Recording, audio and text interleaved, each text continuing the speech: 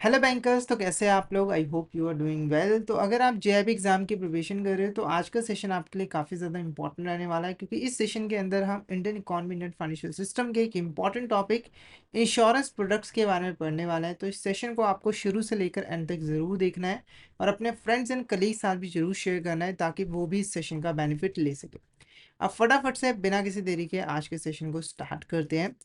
तो सबसे पहले हम इंश्योरेंस प्रोडक्ट्स का मीनिंग समझते हैं कि इंश्योरेंस प्रोडक्ट्स बेसिकली होते क्या हैं। तो इंश्योरेंस प्रोडक्ट्स को हम एक सिंपल से एग्जांपल की हेल्प से समझेंगे। तो मान के चलिए यहाँ पर एक ए पर्सन है, उसने एक शोरूम से 5 लाख रुपए की एक कार खरीदी। ठीक है। उस शोरूम के अंदर एक एबीसी कंपनी थी। एबीसी कंपनी ने ए पर्सन को कहा कि आपने 5 लाख के रुपए की कार खरीदी है, भगवान ना करे कि अगर आपकी कार यहाँ पे चोरी हो जाए तो आपको इससे बहुत बड़ा लॉस होगा। तो आप एक काम कीजिए, हमसे ना इसका इंश्योरेंस करवा लीजिए। ये बोला इंश्योरेंस, इसका क्या मतलब है? तो एबीसी कंपनी ने ए पर्सन को कहा कि अगर आपकी ये जो कार है वो चोरी हो जाएगी तो आपका जो भी लॉस होगा उस लॉस को हम कंपनसेट कर देंगे। यानी कि अगर आपकी 5 लाख रुपए की कार चोरी हो गई तो हम 5 लाख रुपए जो है वो आपको पे कर देंगे। तो ए बोला बदले में मुझे क्या करना पड़ेगा? एबीसी कंपनी ने ए को बोला बदले में आपको सिर्फ हर महीने 10,000 रुपये जो है हमें पे करना पड़ेगा एज अ प्रीमियम। तो ए पर्सन मान गया, यार 10,000 रुपये से मैं अपने 5 लाख की कार को प्रोटेक्ट कर पाऊंगा। तो ए ने यहाँ पर एबीसी कंपनी के साथ जो है वो कॉन्ट्रैक्ट कर लिया। अब इनके बीच में ये जो कॉन्ट्रैक्ट हुआ है इसी को हम यहाँ पर इंश्योरेंस का कॉन्ट्रैक्ट जो है वो कहते हैं। तो इंश्योरेंस बेसिकली एक ऐसा फाइनेंशियल कॉन्ट्रैक्ट होता है दो पार्टीज के बीच में, जहां पर एक पार्टी दूसरे पार्टी को प्रॉमिस करती है कि अगर किसी भी स्पेसिफिक इवेंट की वजह से आपका लॉस होता है तो उस लॉस को हम कंपनसेट कर देंगे। बदले में दूसरी पार्टी को एक प्रीमियम जो है वो पे करना पड़ता है पहली पार्टी को। ठीक है। ये जो एबीसी कंपनी है वो एक इंश्योरेंस कंपनी है और बेसिकली हम इसको इंश्योरर कहते हैं। क्या कहते हैं? इंश्योरर कहते हैं। और ये जो पर्सन है ये बेसिकली है इंश्योर्ड पर्सन। क्या है? Insured person. ओके। तो यहाँ पर आप इंश्योरेंस प्रोडक्ट का जो मीनिंग है वो अच्छे तरीके से आप समझ गए होंगे। अब इससे रिलेटेड जो क्वेश्चंस है उसको हम यहाँ पर फटाफट से डिस्कस कर लेते हैं। ठीक है। तो फर्स्ट क्वेश्चन यहाँ पर देखो क्या है। Dash is a financial product design to provide the financial protection and security to the beneficiaries of the policy holder in the event of policy holder death.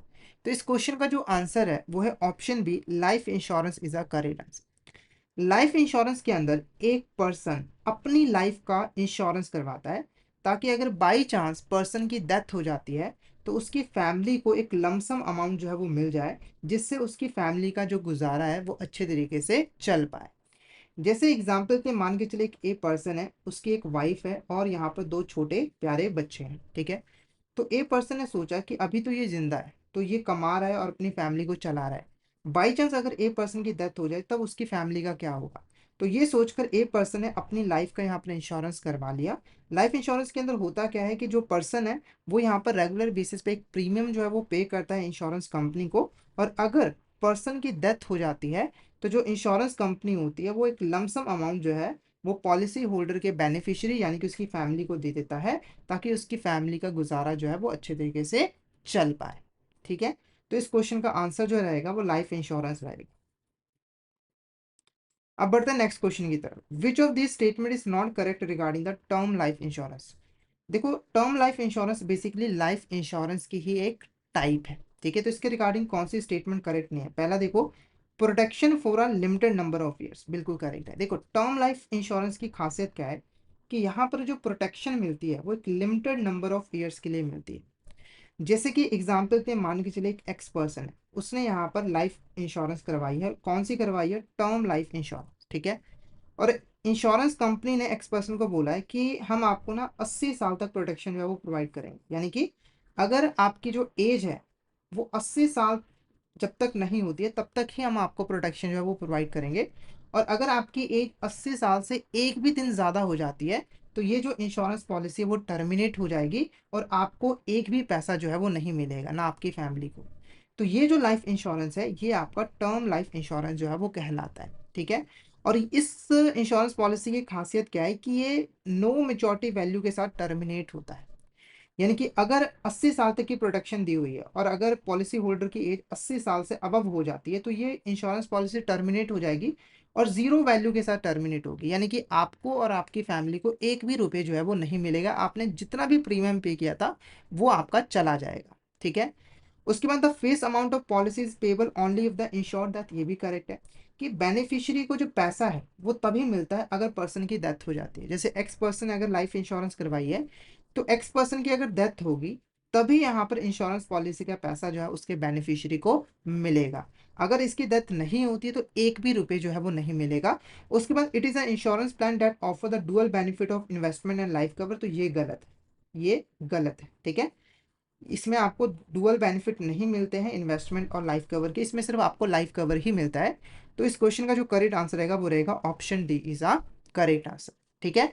और सबसे अच्छा जो लाइफ इंश्योरेंस पॉलिसी होती है मेरे पॉइंट ऑफ व्यू से वो term life insurance ही होता है, क्योंकि इसमें बहुत कम प्रीमियम पे आपको बहुत बड़ा अमाउंट जो है वो मिल जाता है लाइफ कवर के फॉर्म में, यानी कि आपकी फैमिली। ठीक है। तो आई होप आपको ये टर्म लाइफ इंश्योरेंस अच्छे तरीके से क्लियर जो है वो हो गई होगी। अब इससे मिलता जुलता एक और टाइप होती है लाइफ इंश्योरेंस पॉलिसी की, वो होती है whole life insurance policy.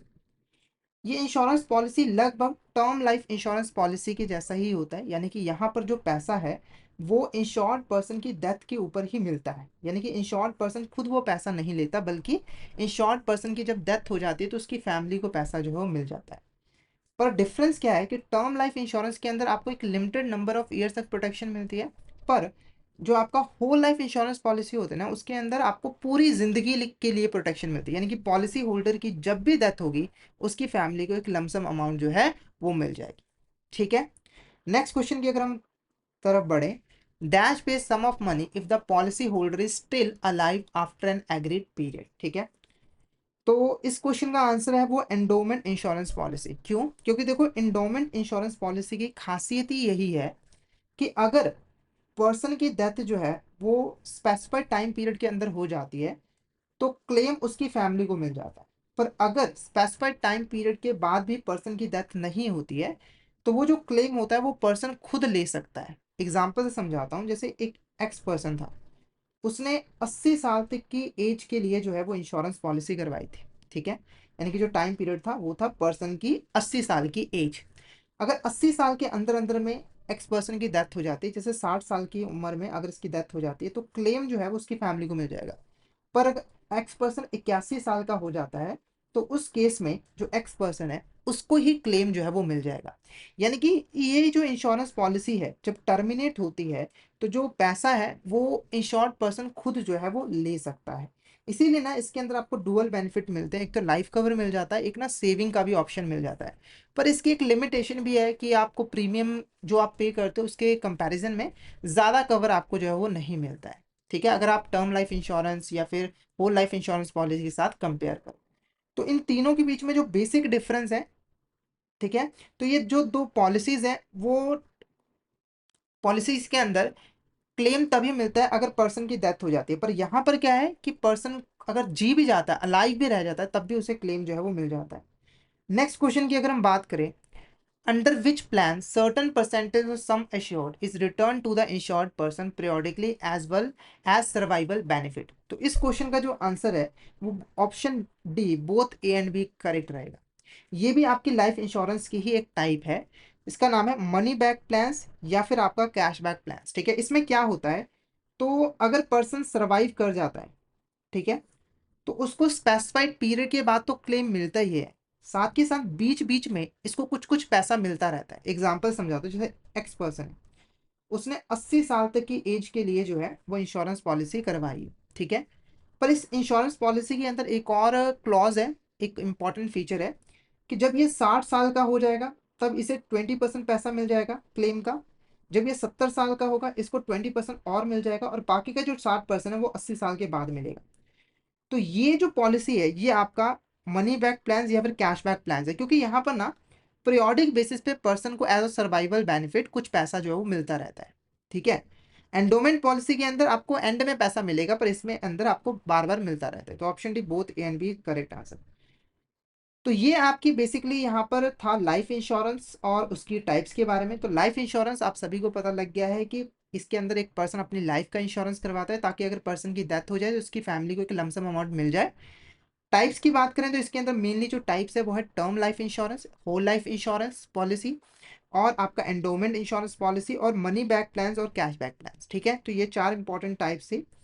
Next हमारा क्वेश्चन है वो है जर्नल इंश्योरेंस के रिगार्डिंग। जर्नल इंश्योरेंस क्या होता है? तो देखो, कोई भी इंश्योरेंस पॉलिसी जो कि लाइफ इंश्योरेंस पॉलिसी नहीं है वो आपका जर्नल इंश्योरेंस होता है। जैसे मोटर इंश्योरेंस हो गया, फायर इंश्योरेंस हो गया।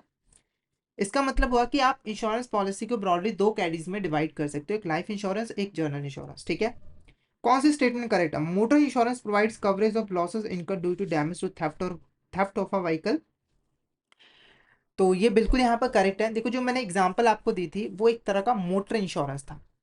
मोटर इंश्योरेंस के अंदर हम अपने व्हीकल्स की इंश्योरेंस करवाते हैं ताकि बाई चांस अगर व्हीकल का एक्सीडेंट हो जाता है या फिर व्हीकल चोरी हो जाता है तो हमें एक लमसम अमाउंट जो है वो मिल सके और हम अपने लॉस को कवर कर पाए। ट्रैवल इंश्योरेंस जो है वो ट्रैवल के दौरान करवाया जाता है। मतलब ट्रैवल के दौरान अगर कोई लॉस होता है तो उसको कंपनसेट करवाने के लिए करवाया जाता है। ट्रैवलिंग के दौरान आपको क्या नुकसान हो सकता है? जैसे कोई मेडिकल इमरजेंसी आ सकती है, या फिर डैमेज हो सकता है आपके सामान का, या थेफ्ट हो सकती है, तो उसके लिए आप इंश्योरेंस करवा सकते हो। ठीक है, जो फायर इंश्योरेंस पॉलिसी है वो बेसिकली अनफोर्सिन लॉसेस जो होते हैं फायर की वजह से उसको प्रोटेक्ट करने के लिए की जाती है। तो ये भी बिल्कुल यहाँ पर करेक्ट है। ऑप्शन डी आपका यहाँ पर करेक्ट आंसर रहेगा। Option D, all of the above is the correct answer. ठीक है, और देखो ये बेसिक सी चीजें हैं, इसमें हम ज्यादा डिटेल में नहीं जाएंगे। नेक्स्ट क्वेश्चन की अगर हम बात करें, डैश कवर द लॉस और damage cause to goods during transit between a point of origin and destination. It also covers loss damage of ships, cargo और टर्मिनस। तो इस क्वेश्चन का आंसर है मरीन इंश्योरेंस। अगर देखो कोई भी सामान जो है वो शिप्स, कार्गो या फिर टर्मिनल के थ्रू लेकर आया जा रहा है, ठीक है, तो पॉइंट ऑफ ओरिजिन से लेकर डेस्टिनेशन तक चांसेस हैं कि लॉसेस हो सकते हैं, डैमेज हो सकता है सामान को।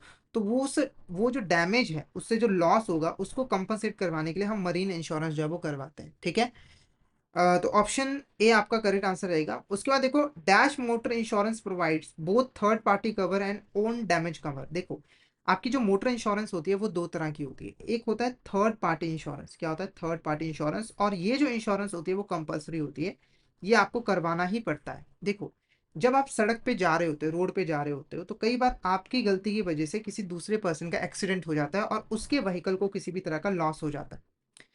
तो इस केस में आपकी रिस्पॉन्सिबिलिटी बनती है कि अगर आपकी गलती है तो आप उसको कंपनसेट करें। ठीक है, तो थर्ड पार्टी इंश्योरेंस इसीलिए करवाई जाती है कि अगर हमारी व्हीकल से किसी तीसरे पर्सन का व्हीकल का नुकसान हो जाता है तो उसे एक लमसम अमाउंट जो है वो मिल जाए। ठीक है, हमें कुछ भी पे करने की जरूरत नहीं है, इंश्योरेंस कंपनी जो है वो पे कर देगी। ठीक है, और दूसरी जो टाइप होती है ना वो होती है कॉम्प्रिहेंसिव इंश्योरेंस पॉलिसी। इसके अंदर क्या होता है कि थर्ड पार्टी गारंटी के साथ साथ, थर्ड पार्टी इंश्योरेंस के साथ साथ हमारी खुद के व्हीकल को जो डैमेज होता है वो भी कवर हो जाता है।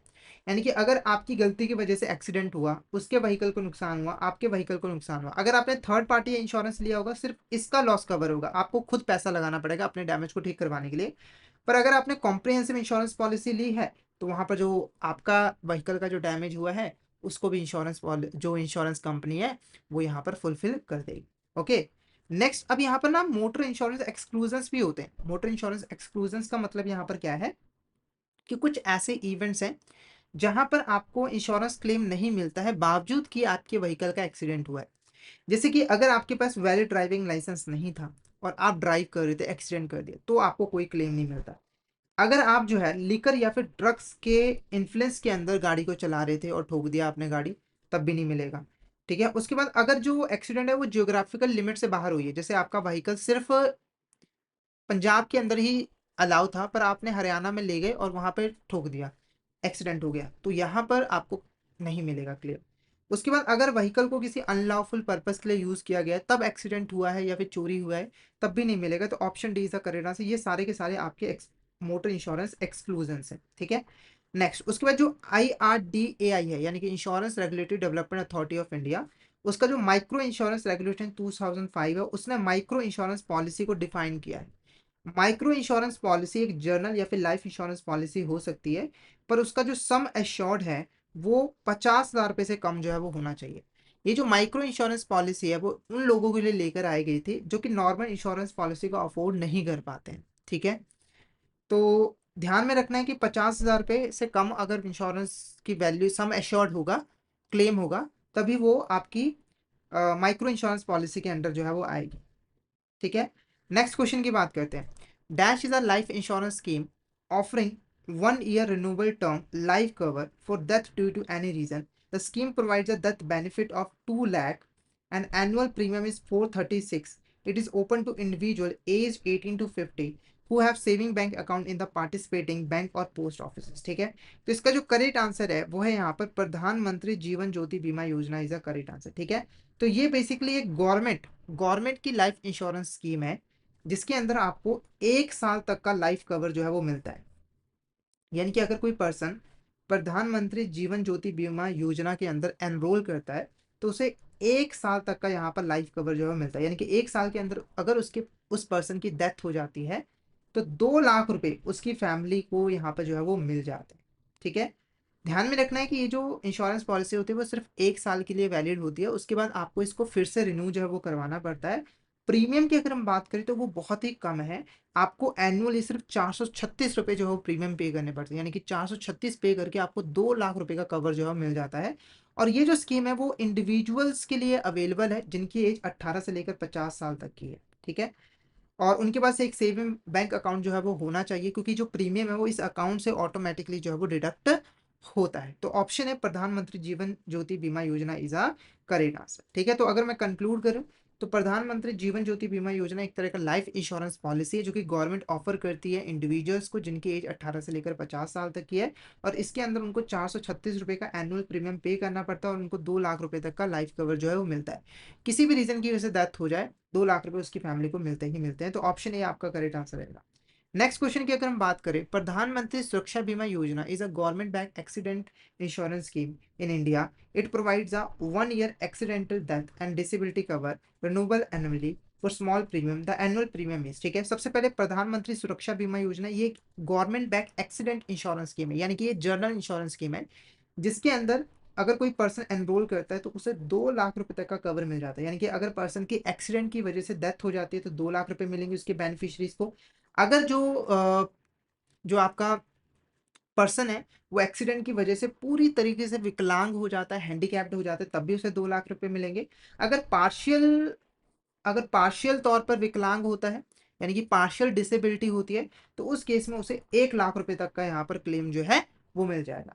तो एनुअल प्रीमियम कितना है, तो ये सिर्फ 20 रुपीज पर ईयर है। क्या है, 20 रुपीज पर ईयर है। ठीक है, तो कुछ बातों का ध्यान रखना है। सबसे पहले देखो, ये जो स्कीम है वो इंडिविजुअल्स के लिए अवेलेबल है।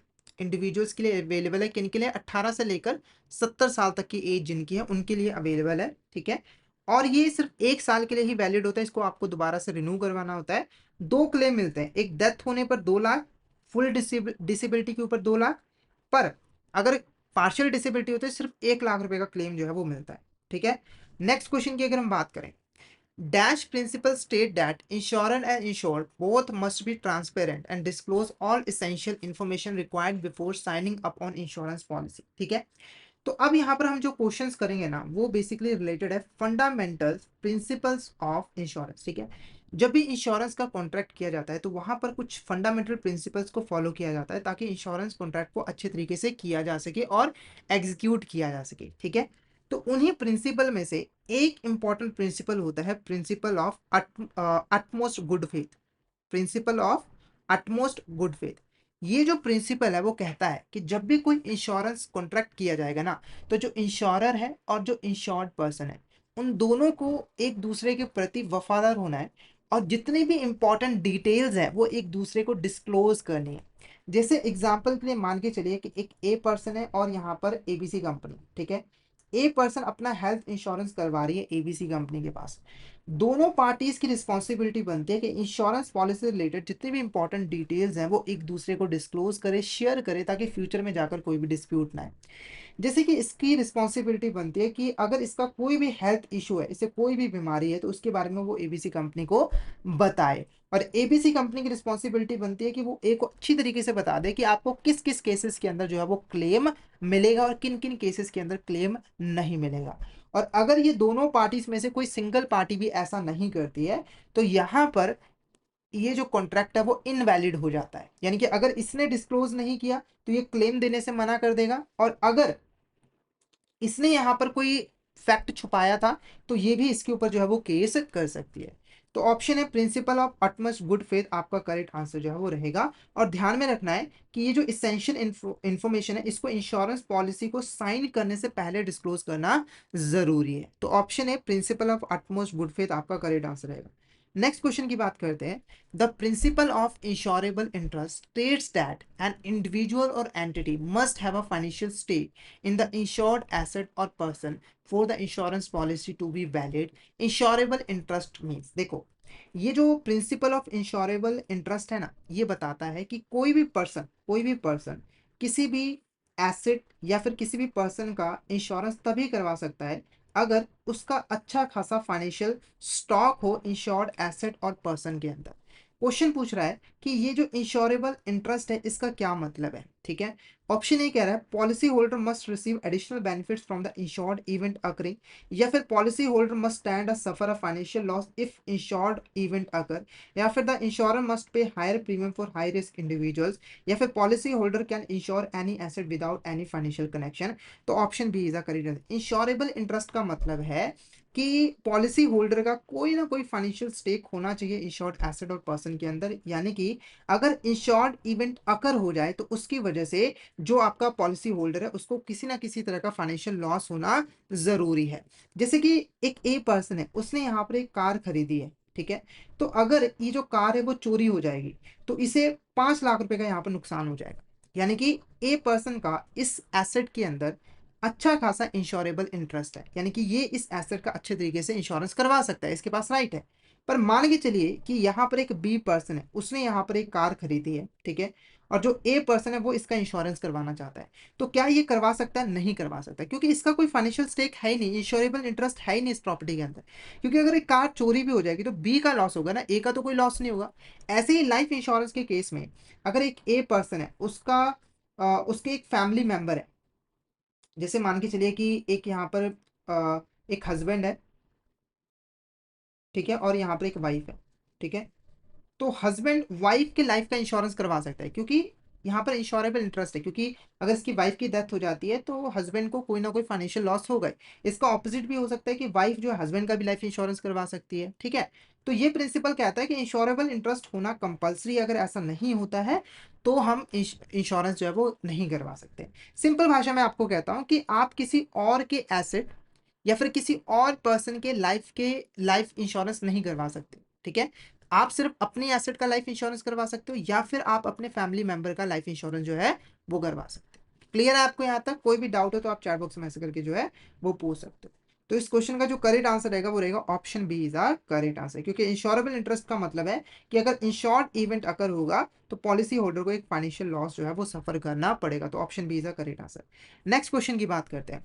Principle of indemnity says that insurance is done only for coverage of loss. Hence, insured should not make any profit from the insurance contract. According to the principle of indemnity, insured should be compensated the amount equal to the। देखो, principle of indemnity ये भी एक important fundamental principle है insurance का।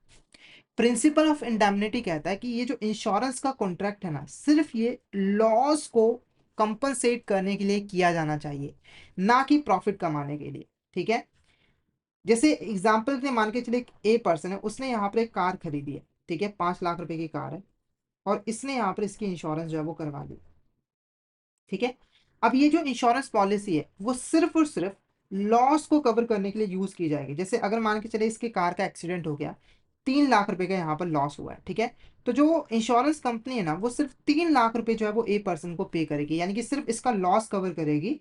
और अगर a person सोच रहा है कि वो 5 लाख रुपए का इंश्योरेंस कंपनी से क्लेम ले लेगा, जिसमें से 3 लाख तो उसका लॉस हुआ, 2 लाख उसका प्रॉफिट होगा, तो ऐसा पॉसिबल नहीं है। क्योंकि जो आपका प्रिंसिपल ऑफ इंडेमनिटी है ना, वो कहता है कि जो एक्चुअल लॉस हुआ होता है, जो एक्चुअल लॉस हुआ होता है उसके इक्वल ही अमाउंट कंपनसेट करना होता है इंश्योरेंस कंपनी को, यानी कि उसके इक्वल ही अमाउंट जो है वो पे करना होता है इंश्योर्ड पर्सन को इंश्योरेंस कंपनी ने, ठीक है।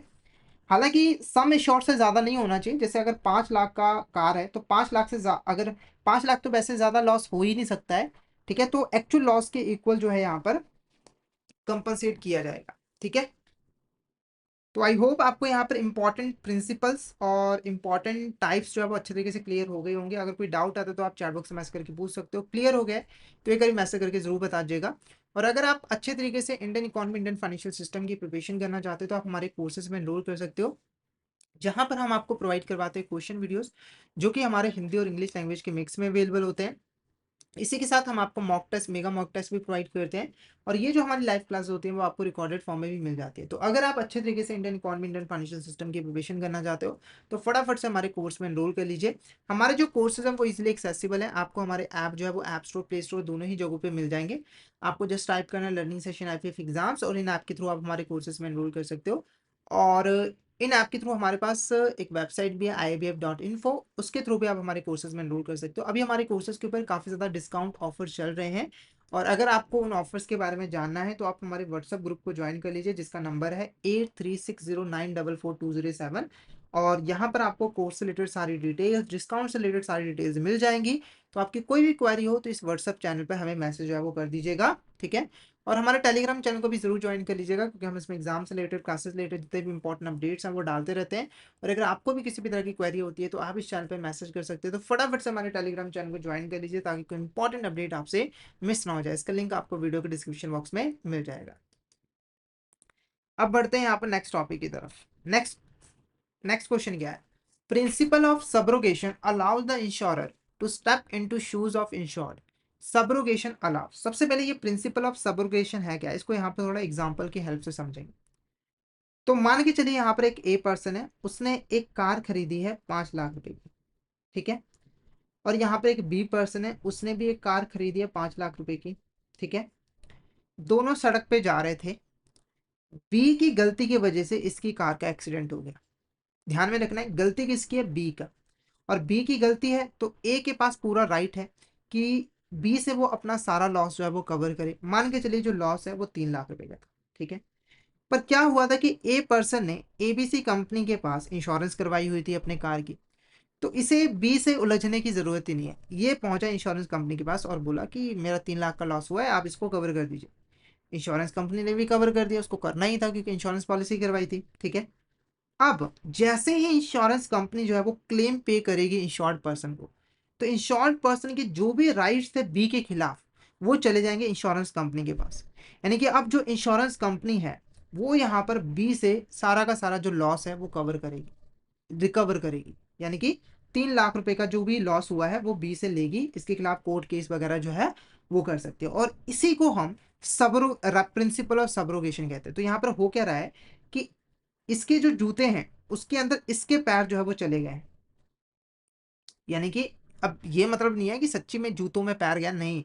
तो जिस जो राइट इसके थे ना वो अब इंश्योर्ड कंपनी के पास आ गए। तो क्या अलाउ करता है सबोर्गेशन? ये बेसिकली अलाउ करता है कि जो इंश्योरर है वो यहाँ पर थर्ड पार्टी से, जिसने लॉस किया है, उससे यहाँ पर अमाउंट को रिकवर कर सकता है। या फिर जो इंश्योर्ड पर्सन है वो एडिशनल कंपनसेशन रिसीव करेगा सेम लॉस के लिए फ्रॉम द मल्टीपल इंश्योरर। या फिर जो पॉलिसी होल्डर है वो इंश्योरेंस पॉलिसी को किसी दूसरे इंडिविजुअल को ट्रांसफर कर देगा, या फिर जो इंश्योरर है वो पॉलिसी क्लेम को कैंसिल कर देगा, ठीक है। तो ऑप्शन ए आपका करेक्ट आंसर रहेगा। प्रिंसिपल ऑफ सब्रोगेशन इंश्योरेंस को अलाउ करता है कि वो थर्ड पार्टी से, जिसने लॉस किया है, उससे रिकवरी जो है वो कर सकता है। नेक्स्ट क्वेश्चन की बात करते हैं। Dash principle applies when the loss is result of two और मोर कॉजेस। तो एक चीज मैं आपको बताऊं कि जब आप इंश्योरेंस करवाते हो तो इंश्योरेंस कंपनी आपको पहले ही बता देती है कि आपको क्लेम किस किस सिचुएशंस में मिल सकता है। जैसे एक ए पर्सन है, उसने यहाँ पर हेल्थ इंश्योरेंस जो है वो करवाई, हेल्थ इंश्योरेंस करवाई, ठीक है। नहीं, मान के चलिए इसने लाइफ इंश्योरेंस करवाई, लाइफ इंश्योरेंस करवाई, ठीक है। एबीसी कंपनी ने इसको बोला कि भाई देखो, अगर आपकी जो डेथ है वो यहाँ पर किसी बीमारी की वजह से होगा, जैसे कि हार्ट अटैक हो गया या फिर किडनी फेल हो गया, किसी बीमारी की वजह से होता है, तो हम आपको क्लेम देंगे। पर अगर आपकी डेथ एक्सीडेंट की वजह से हो जाता है तब हम आपको क्लेम नहीं देंगे, ठीक है। तो पहले ये स्पेसिफाई कर दिया जाता है। और इंश्योरेंस कंपनी आपको क्लेम कब देती है? अगर स्पेसिफाइड इवेंट अगर होता है, जैसे कि अगर ए पर्सन की डेथ किसी बीमारी की वजह से होगी तभी ये क्लेम देगा ए पर्सन की फैमिली को, अदरवाइज नहीं देगा। पर अगर एक्सीडेंट की वजह से होगी तो ये रिस्पॉन्सिबल नहीं है क्लेम देने के लिए। पर कई बार क्या होता है कि पर्सन की डेथ ऐसे होती है कि वहां पर एक से ज्यादा रीजंस होते हैं। जैसे अगर एक पर्सन कार चलाकर जा रहा था और कार का एक्सीडेंट हो गया, ठीक है, कार का एक्सीडेंट हो गया, बाद में उसका पोस्टमार्टम किया गया, तो पता लगा पर्सन की जो डेथ है वो हार्ट अटैक की वजह से हुई है। किसकी वजह से? हार्ट अटैक की वजह से हुई है। तो यहाँ पर देखो, देखने में लग रहा है कि डेथ के दो रीजन है, एक्सीडेंट भी हो सकता है और हार्ट अटैक भी हो सकता है, ठीक है। तो अब यहाँ पर कौन सा प्रिंसिपल एप्लीकेबल होगा? जहां पर एक से ज्यादा रीजन हमें देखने को मिल रहे हैं और इनमें से हमें जो सबसे नियरेस्ट रीजन है वो हमें यहाँ पर फाइंड आउट करना है। तो option C, principle of proximity cause is a correct answer, ठीक है। अब देखो, जो नियरेस्ट कॉज होगा ना उसी को मेन कॉज माना जाएगा। जैसे अगर नियरेस्ट कॉज होगा कि एक्सीडेंट की वजह से डेथ हुआ, जैसे कि एक्सीडेंट की वजह से उसके शरीर से बहुत खून निकला जिसको देखकर पर्सन को हार्ट अटैक हो गया, तो मेन रीजन यहाँ पर डेथ का क्या है? एक्सीडेंट होना। तो यहां पर इसको क्लेम नहीं मिलेगा, अदरवाइज इसको मिल जाता अगर नॉर्मल हार्ट अटैक होता तो ये प्रिंसिपल ऑफ प्रॉक्सिमिटी कॉज। उसके बाद ना एक प्रिंसिपल ऑफ लॉस मिनिमाइजेशन भी होता है। प्रिंसिपल ऑफ लॉस मिनिमाइजेशन क्या होता है? तो देखो, जब हम इंश्योरेंस करवा लेते हैं किसी प्रॉपर्टी का, जैसे एक ए पर्सन है उसने अपने घर का इंश्योरेंस करवा लिया, ठीक है, तो घर को संभाल के रखना हमारी रिस्पॉन्सिबिलिटी बनती है। जैसे अगर घर को आग लग गई है तो आप ना हाथ पे हाथ रखकर वहां पे खड़े होकर तमाशा नहीं देख सकते हो कि मैंने तो होम इंश्योरेंस करवाई हुई है, अगर लॉस भी होता है तो मेरे को तो सारा पैसा मिलेगा। नहीं, ऐसा नहीं होगा। आपको पूरी कोशिश करनी है कि जो लॉस है वो कम से कम हो जाए, यानी कि आपको आग को बुझाने की पूरी यहाँ पर कोशिश जो है वो करनी पड़ेगी, ठीक है। तो ऑप्शन सी आपका यहाँ पर करेक्ट आंसर जो है वो रहेगा इस क्वेश्चन का, तो ऑप्शन सी रहेगा, ठीक है। नेक्स्ट क्वेश्चन की बात करते हैं। Dash principle, dash the principle of dash ensure that insured does not make profit by insuring same subject matter or asset with multiple insurers। अब कई पर्सन ना बहुत ज्यादा तेज होते हैं। तेज का मतलब है, मतलब कि ओवर स्मार्ट होते हैं, मतलब कि जरूरत से ज्यादा जो है चालाक बनने की कोशिश करते हैं। जैसे ए पर्सन को ही देख लीजिए, इसने एक कार खरीदी और उसने यहाँ पर 3 इंश्योरेंस कंपनी के पास उसका इंश्योरेंस करवा लिया 5-5 लाख रुपए का, ठीक है। कार का एक्सीडेंट हो गया 3 लाख रुपए, और ये पहुंचा तीनों कंपनीज के पास, बोला कि मुझे 3 लाख का लॉस हुआ, 3-3 लाख रुपए मुझे दीजिए। तो लॉस तो उसका 3 लाख का हुआ है, बाकी सोचा कि एक कंपनी के क्लेम से वो लॉस को कवर कर लेगा, बाकी दो इंश्योरेंस कंपनी के क्लेम से प्रॉफिट कमा लेगा 6 लाख रुपए का। पर यहां पर प्रिंसिपल आ गया, principle of contribution. Principle of contribution क्या कहता है कि अगर ऐसी कोई सिचुएशन आती है तो उस केस में सभी इंश्योरेंस कंपनी को साथ में मिलकर एक्चुअल लॉस के इक्वल ही क्लेम देना है। जैसे अगर 3 लाख का लॉस हुआ है तो तीनों मिलकर 3 लाख रुपए ही ए को देंगे, क्योंकि ए प्रॉफिट नहीं कमा सकता इंश्योरेंस कॉन्ट्रैक्ट से, ठीक है। अब बात उठता है कि फिर 3 लाख रुपए, 1-1 लाख रुपए दे दिया, अब ये आपस में क्या करेंगे? तो ये आपस में कंट्रीब्यूट करेंगे। मतलब कि जैसे इसने 50% क्लेम दिया, इसने 25, इसने भी 25, ठीक है। तो ये आपस में बांट लेंगे, जो भी क्लेम वगैरह उसको बांट लेंगे। 1 लाख रुपए ये दे देगा, 50-50 हजार रुपए ये दे देंगे। तो ये है प्रिंसिपल ऑफ कॉन्ट्रीब्यूशन, ठीक है। तो यहाँ पर आपने इंश्योरेंस कॉन्ट्रैक्ट, उसकी टाइप्स, उसके प्रिंसिपल के बारे में अच्छे तरीके से समझ लिया है। अगर आपको किसी भी तरह का डाउट आता है तो आप चैट बॉक्स में मैसेज करके पूछ सकते हो। क्लियर हो गया तो एक बार मैसेज करके जरूर बता दीजिएगा कि आपको यहाँ तक क्लियर जो है वो हो, ठीक है। फटाफट से पहले मुझे यहाँ पर बताइए, फिर हम यहाँ पर नेक्स्ट टॉपिक जो कि इंश्योरेंस के अंदर ही आता है पर एक सेपरेट टॉपिक है, वो है बैंक एश्योरेंस। ये भी काफी इंपॉर्टेंट टॉपिक है, ये डिस्कस करेंगे। तो पहले मुझे बताइए कि आपको यहाँ तक क्लियर है या फिर नहीं। ऑल इज क्लियर और नॉट? फटाफट से बता दीजिए। ओके, नेक्स्ट अब बात करेंगे बैंक एश्योरेंस की। ये बैंक एश्योरेंस क्या होती है, ठीक है।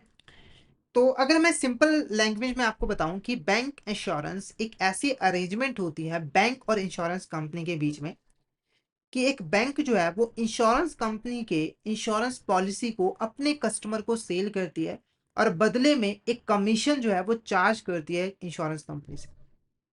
ऐसे समझ नहीं आया होगा, इसको एग्जांपल से समझाता हूँ। जैसे मान के चलिए कि यहाँ पर एक एबीसी बैंक थी और यहाँ पर एक एक्सवाईजेड इंश्योरेंस कंपनी थी। एक्सवाईजेड इंश्योरेंस कंपनी ने देखा कि एबीसी कंपनी के पास जो उसका जो कस्टमर बेस है वो बहुत बड़ा है, यानी कि इसके पास बहुत सारे कस्टमर है।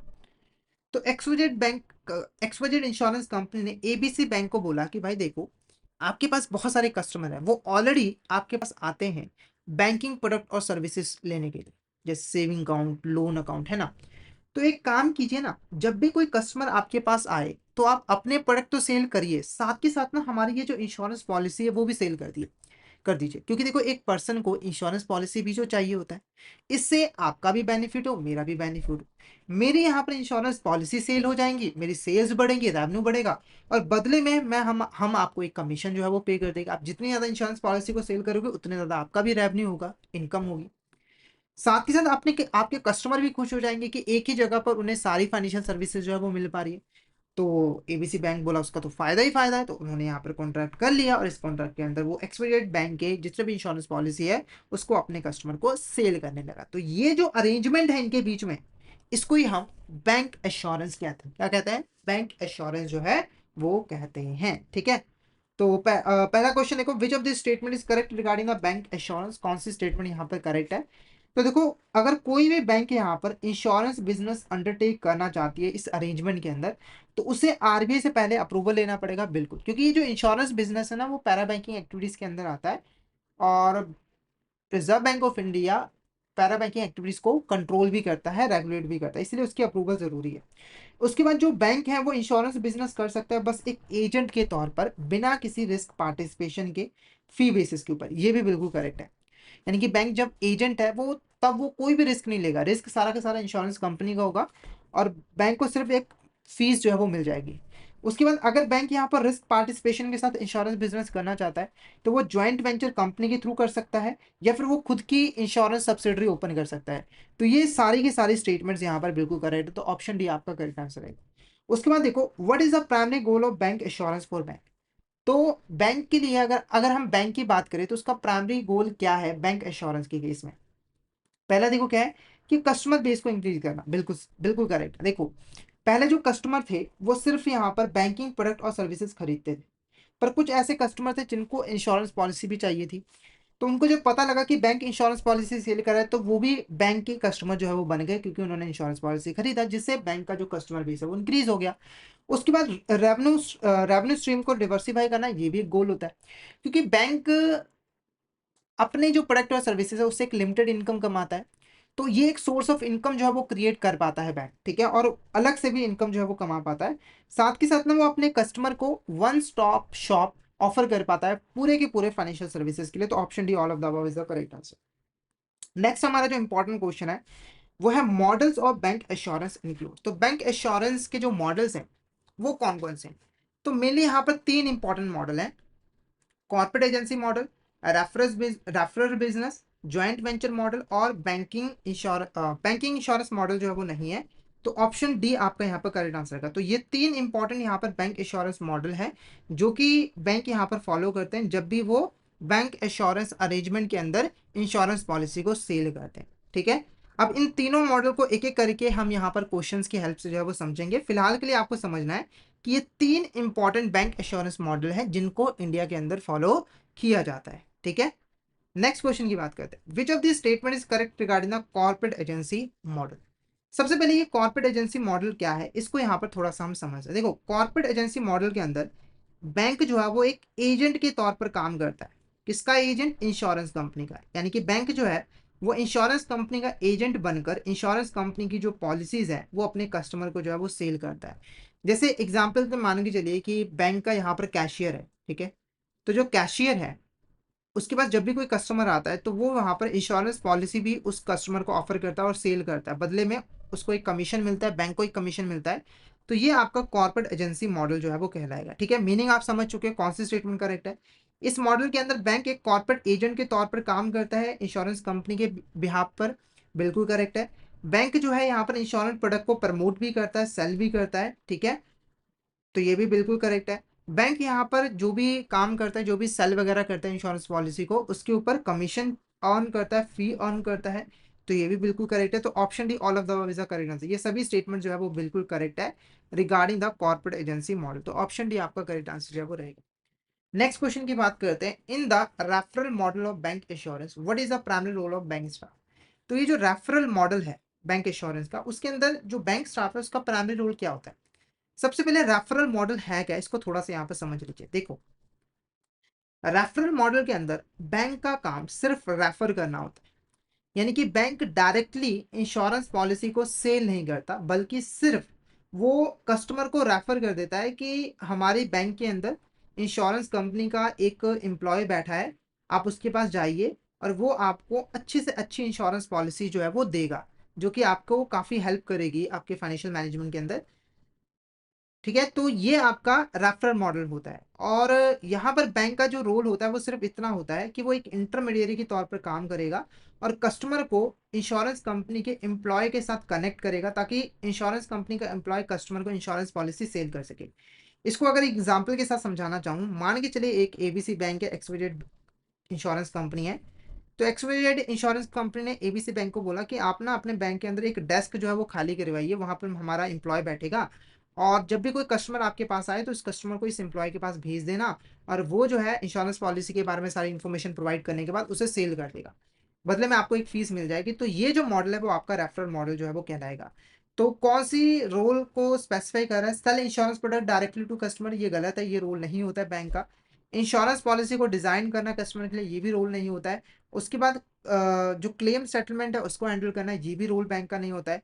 Act as a intermediary connecting customer with insurance expert, option D is a correct answer. Bank का प्राइमरी रोल होता है कि वो एक इंटरमीडिएरी पे के तौर पर काम करता है, वो कस्टमर को इंश्योरेंस एक्सपर्ट के साथ जो है वो कनेक्ट करता है। ठीक है, नेक्स्ट क्वेश्चन की बात करते हैं, which of the statement define joint venture model. तो ज्वाइंट वेंचर मॉडल को कौन सी स्टेटमेंट यहाँ पे जो है वो डिफाइन करी है। सबसे पहले यहाँ पर ज्वाइंट वेंचर मॉडल यहाँ पर है क्या, उसको यहाँ पर समझते हैं। तो देखो, ज्वाइंट वेंचर मॉडल के अंदर एक बैंक जो है वो इंश्योरेंस कंपनी के साथ में मिलकर अलग से एक एंटिटी को इस्टेब्लिश करती है और उस एंटिटी के थ्रू इंश्योरेंस प्रोडक्ट को बनाती है और सेल करती है। एग्जाम्पल के लिए मान के चलिए कि यहाँ पर आपकी एक एबीसी बैंक थी और यहाँ पर एक एक्सवाई इंश्योरेंस कंपनी थी। दोनों ने साथ में मिलकर एक ए एक्स जो है वो कंपनी जो है वो बना ली। ठीक है, अब ये जो कंपनी है वो ये दोनों चलाते हैं, यानी कि जो भी पैसा है दोनों लगाते हैं, जो भी रिस्क है दोनों शेयर करते हैं, जो भी प्रॉफिट होता है दोनों शेयर करते हैं, जो भी टेक्नोलॉजी है दोनों शेयर करते हैं। तो ये जो मॉडल है ये आपका जॉइंट वेंचर मॉडल होता है। ठीक है, तो पहला स्टेटमेंट देखो, bank partners with insurance company to establish a separate entity और जॉइंट वेंचर, बिल्कुल करेक्ट है कि जो बैंक है वो इंश्योरेंस कंपनी के साथ पार्टनरशिप करते हैं और एक सेपरेट एंटिटी या जॉइंट वेंचर एस्टैब्लिश करते हैं। जो बोथ एंटिटीज होती हैं वो कोलैबोरेट करती हैं और साथ में मिलकर इंश्योरेंस प्रोडक्ट और सर्विसेज को ऑफर करते हैं एक शेयर ब्रांड नेम के ऊपर। ये भी बिल्कुल करेक्ट कि जो ब्रांड नेम है वो कॉमन होना चाहिए, जैसे कि यहाँ पर इसका ए है इसका एक्स है तो कॉमन है ना। और जो प्रॉफिट और रिस्क है वो बैंक और इंश्योरेंस कंपनी आपस में शेयर करते हैं, तो ऑप्शन डी आपका यहाँ पर करेक्ट आंसर जो है वो रहेगा। ठीक है, नेक्स्ट हमारा जो क्वेश्चन है वो है, which of the following is necessary condition before approaching the insurance ombudsman। सबसे पहले ये इंश्योरेंस ombudsman होता क्या, इसको यहाँ पर समझिए। देखो, जब हम कोई इंश्योरेंस पॉलिसी खरीदते हैं इंश्योरेंस कंपनी से, ठीक है, तो कई बार हमारे डिस्प्यूट हो जाते हैं इंश्योरेंस कंपनी के साथ। जैसे कि ए पर्सन है, ठीक है, उसने इंश्योरेंस करवाई पर वो जब क्लेम लेने के लिए इंश्योरेंस कंपनी के पास पहुंचा तो इंश्योरेंस कंपनी ने क्लेम देने से मना कर दिया। ठीक है, जैसे आपने एक मूवी यहाँ पर देखी होगी, ओ माई गॉड, है ना, मेरे को शायद याद नहीं, उसमें भी ऐसे ही होता है कि उसका घर गिर जाता है, वो क्लेम लेने के लिए जाता है और इंश्योरेंस कंपनी बोलती है कि ये तो एक्ट ऑफ गॉड है तो हम आपको क्लेम यहाँ पर नहीं देंगे। ठीक है, तो वो फिर इंश्योरेंस कंपनी के साथ लड़ता है, उसके खिलाफ कोर्ट में केस कर देता है और कोर्ट में आपको पता है कि इतना आसान नहीं होता है। तो ऐसी जो कंप्लेंट्स होती है ना, डिस्प्यूट्स होती हैं, उसको एफिशिएंटली जल्दी से रिजॉल्व करने के लिए इंश्योरेंस ombudsman को बनाया गया था। तो अगर कोई पॉलिसी होल्डर है उसको इंश्योरेंस कंपनी के खिलाफ कोई भी केस करना है, कोई भी प्रॉब्लम है, कोई कंप्लेंट है, तो वो इंश्योरेंस ombudsman के पास कर सकता है और इंश्योरेंस ombudsman जो है वो जल्दी से जल्दी उस कंप्लेंट को रिजॉल्व करने की कोशिश जो है वो करता है। पर इंश्योरेंस ombudsman के पास केस करने के लिए कुछ कंडीशंस होती हैं जिसको फुलफिल करना ज़रूरी होता है। जैसे कि पहली कंडीशन है कि अगर इस पॉलिसी होल्डर को कोई भी कंप्लेंट होती है तो सबसे पहले वो इंश्योरेंस कंपनी के पास जाएगा, यानी कि वो डायरेक्टली इंश्योरेंस ombudsman के पास नहीं जाएगा। और अगर इंश्योरेंस कंपनी उसकी बात को नहीं सुनती है, जवाब नहीं देती है, तब जाकर वो इंश्योरेंस ombudsman के पास जा सकता है। और इंश्योरेंस ombudsman के पास भी कंप्लेंट करने के लिए एक टाइम पीरियड है, वो जो टाइम पीरियड है वो 1 साल है, यानी कि इंश्योरेंस कंपनी ने जैसे ही आपका जवाब दिया, अगर आपको जवाब अच्छा नहीं लगा तो जवाब आने के बाद 1 साल के अंदर अंदर में आपको कंप्लेंट जो है वो करनी पड़ेगी। उसके बाद जो क्लेम अमाउंट है ना वो 30 लाख से ज़्यादा नहीं होना चाहिए, इसके अंदर जो एक्सपेंसेस है वो भी यहाँ पर इंक्लूडेड होते हैं। तो ये भी एक इंपॉर्टेंट यहाँ पर कंडीशन होती है कि जो क्लेम है वो 30 लाख से ज़्यादा नहीं होनी चाहिए। ठीक है, उसके बाद the matter should also file consumer forum simultaneously, ये गलत है। देखो, अगर ये जो कंप्लेंट है वो आपने किसी भी कोर्ट या फिर कंज्यूमर फोरम के अंदर दर्ज करवा दी, तब आप इंश्योरेंस ombudsman के पास नहीं जा सकते हो। इसीलिए देखा जाता है कि अगर आप कहीं पे भी नहीं गए हो तब आप इंश्योरेंस ombudsman के पास जा सकते हो। और अगर आपका केस कहीं पे पेंडिंग है, जैसे आपने कोर्ट केस पहले कर दिया, वहां पर आपका फैसला नहीं हो रहा है, तो अब आप इंश्योरेंस ombudsman के पास आए, तो ऐसे केसेस को नहीं देखता है इंश्योरेंस ombudsman। तो ऑप्शन ये आपका करेक्ट आंसर है, ठीक है। उसके बाद नेक्स्ट क्वेश्चन की अगर हम बात करें कि किस तरह की जो कंप्लेंट्स है उसको इंश्योरेंस ombudsman स्कीम के अंदर जो है वो रिजॉल्व किया जाता है, ठीक है। किस तरह की यहाँ पर कंप्लेंट है, पहला देखो, delay in claim settlement, dispute on premium payment, non issuance of policy after the premium payment, या फिर ऑल ऑफ द अबव। तो इसका करेक्ट आंसर रहेगा option D, all of the above is a correct answer.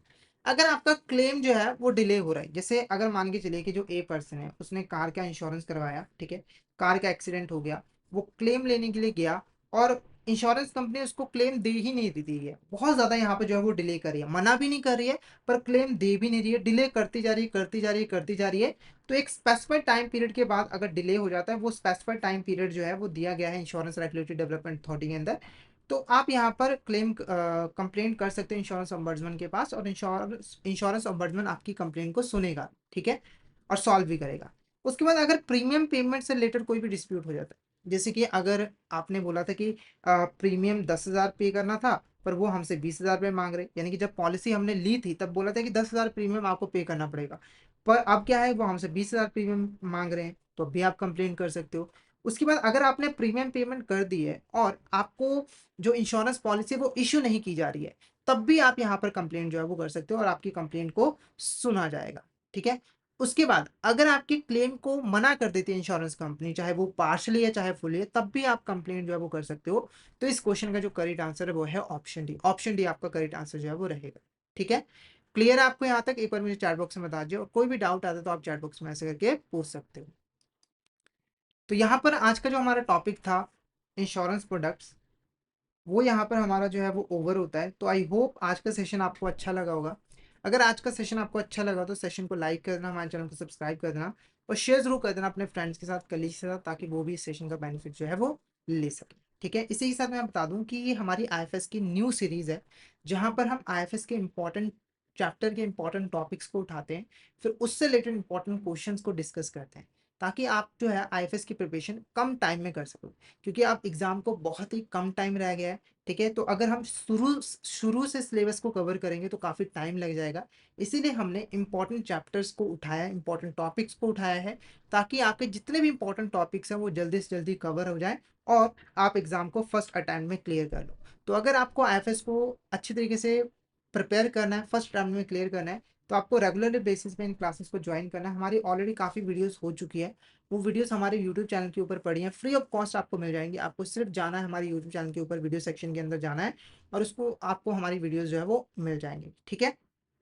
और इसके अलावा अगर आप पीपीपी की प्रिपरेशन कर रहे हो तो पीपीपी के भी हमारे यहाँ पर लाइव सेशन जो है वो चल रहे हैं, ठीक है, जहाँ पर हम पीपीपी के इंपॉर्टेंट चैप्टर के इंपॉर्टेंट क्वेश्चन को डिस्कस करते हैं, और उनकी भी काफ़ी क्लासेस हो चुकी हैं, तो वो भी आपको हमारे यूट्यूब चैनल के ऊपर मिल जाएंगी लाइव सेक्शन के अंदर।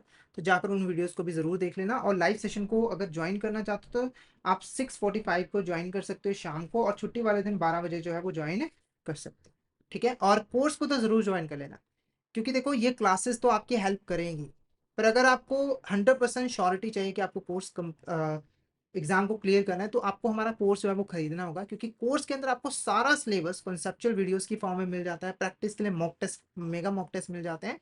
तो वो तो आपके लिए बेस्ट चॉइस है, तो उसको ज़रूर यहाँ पर ज्वाइन कर लेना। अभी हमारे कोर्सेज के ऊपर काफ़ी ज़्यादा डिस्काउंट भी चल रहे हैं, और अगर आपको उन डिस्काउंट के बारे में जानना है, कोर्स की डिटेल चाहिए, तो व्हाट्सअप ग्रुप को ज्वाइन कर लीजिए, जिसका जो नंबर है वो है 8360944407, ठीक है। तो इसको फटाफट से यहाँ पे जो है वो ज्वाइन ज़रूर जो है वो कर लीजिएगा, ठीक है। तो आज के लिए इतना ही, मिलते हैं नेक्स्ट क्लास में। Thank you so much everyone.